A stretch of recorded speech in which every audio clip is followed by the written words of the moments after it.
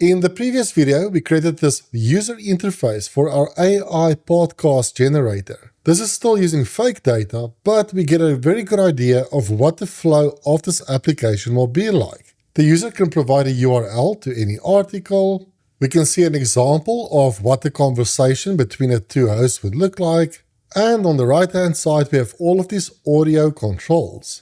And in this video, we'll focus specifically on the web scraping capabilities of our app.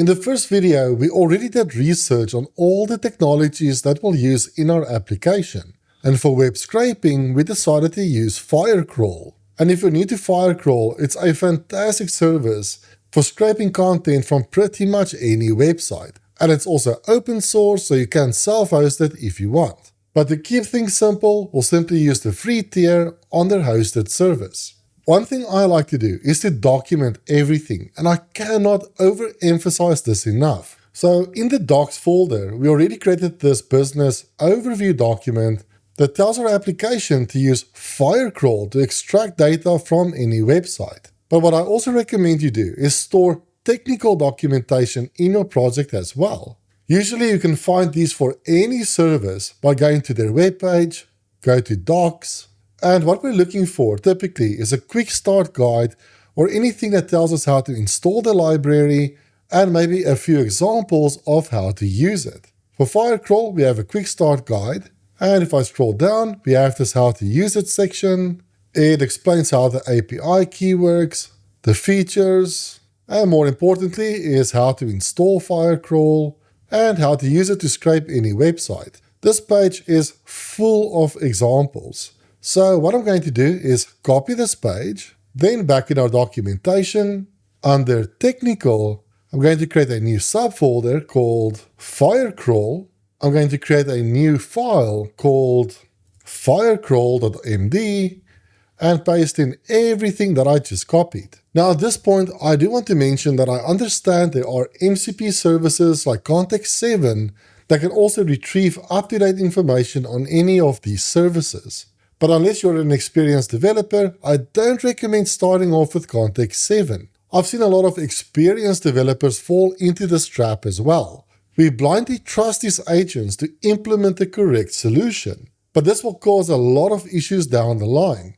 I'm trying to encourage people to really think about what they're putting into their applications, even if it's a high-level understanding of the different technologies used. So by spending this little bit of effort understanding the Firecrawl documentation, it gives you a lot more insight into what Firecrawl actually does, what dependencies we had to install, and how it affects our application. On that note, let's actually implement our web scraping capabilities into our app. So what we want to do is when the user presses fetch, it should use Firecrawl to scrape the page and maybe show a short excerpt from that scraped data. So maybe we can replace recent sources with an extract of the scraped data. So let's tell our agent, let's work on the web scraping feature in our application. Whoops, I accidentally pressed enter, so I just pressed escape to stop it, but I'm just going to write this again. The capture web content section on the left uses example data. Please replace it with a new Firecrawl implementation instead.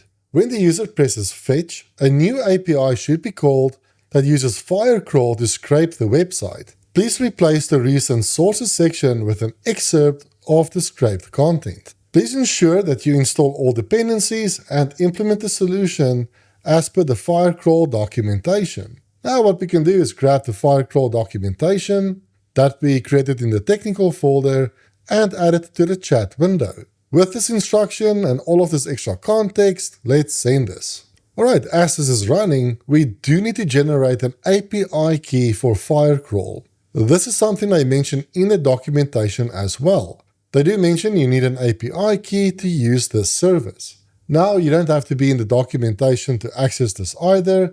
Simply go to firecrawl.dev, then go to API keys, then click on create, give it a name like AI podcast generator, copy the key, then back in your project, look for a .env file. Now I currently don't have one, so I'm going to create a new one in the root of the project. So it's simply called .env, And in this file, I can give my API key any name. So we could call it Firecrawl _API _key, which is equal to my Firecrawl API key. So what I'll also do is simply grab the name that we just gave the key, and I'm going to tell the agent, by the way, the Firecrawl API key is called, and I'll pass in the name in the .env file. Then let's send this as well. The reason we did that is when you use Firecrawl,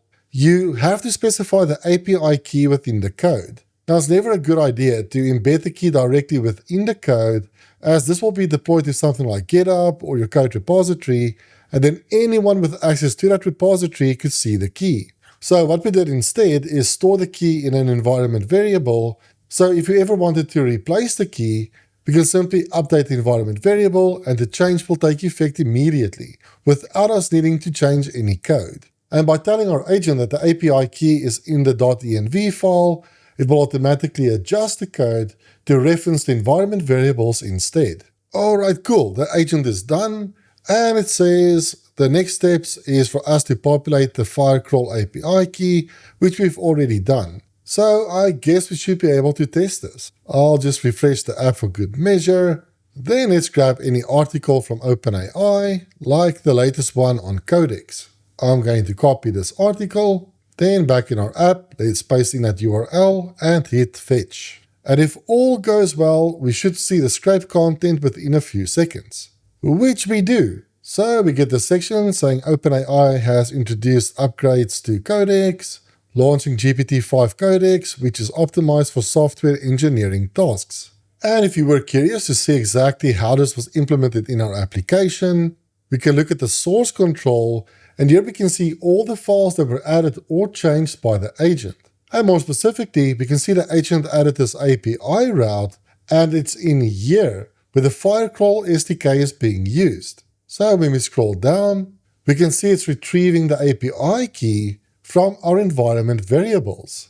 Then it instantiates Firecrawl, passing in the API key. So as I mentioned before, it's not hardcoding the key in the code itself, but pulling the key from our environment variables instead.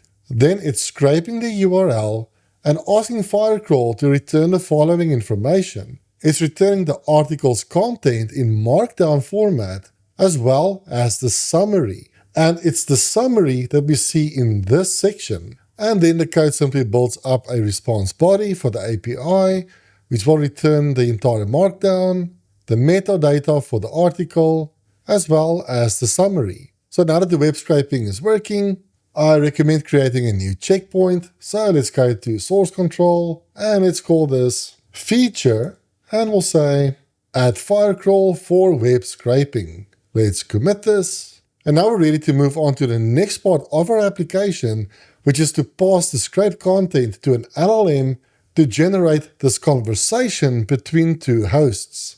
I'll see you in the next one.